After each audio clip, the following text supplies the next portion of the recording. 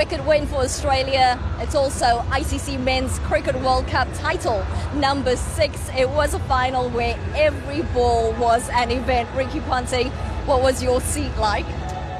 Pretty good up there. Behind the glass is always a bit easier than being out in the middle, but look, what a great performance from this Australian team. You know, the way that the Australians executed with the ball and their energy and attitude in the field was just too much for India today, so Australia are very deserved winners.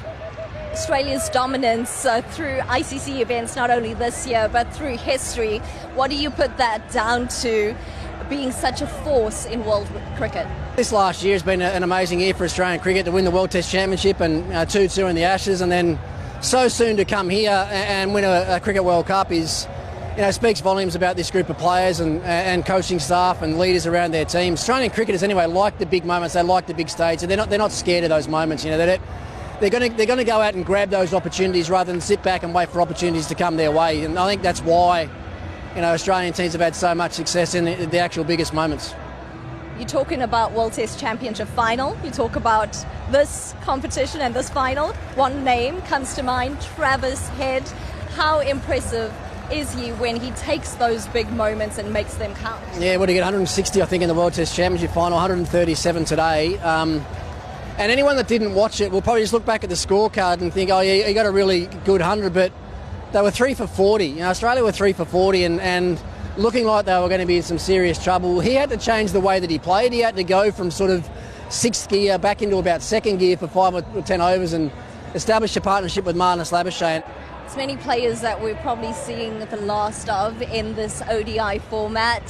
David Warner amongst them, maybe Steve Smith as well, Mitchell Starc.